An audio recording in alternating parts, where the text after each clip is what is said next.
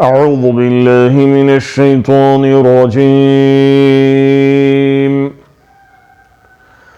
بسم الله الرحمن الرحيم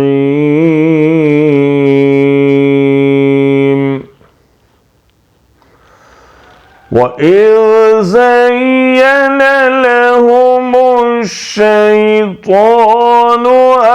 أعمالهم وقال لا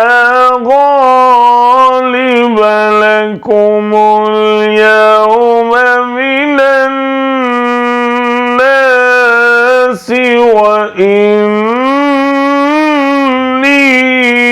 جار لكم فلما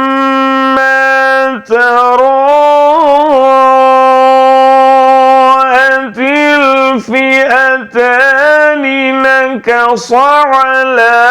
عقبيه وقال إني بريء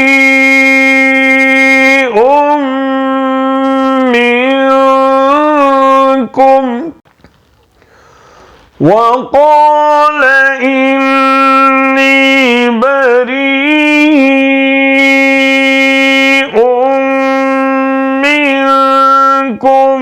إني أرى ما لا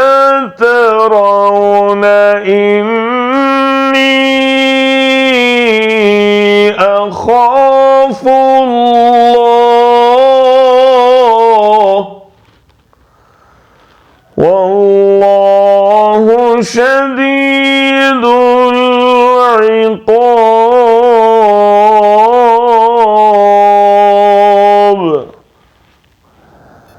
जबकि उनके अमाल को शैतान उन्हें ज़ीनतदार दिखा रहा था और कह रहा था कि लोगों में से कोई भी आज तुम पर गालिब नहीं आ सकता, मैं ख़ुद भी तुम्हारा हिमायती हूँ। लेकिन जब दो जमातें नमूदार हुईं तो अपनी एड़ियों के बल पीछे हट गया और कहने लगा मैं तो तुमसे बरी हूँ, मैं वो देख रहा हूँ जो तुम नहीं देख रहे, मैं अल्लाह से डरता हूँ और अल्लाह ताला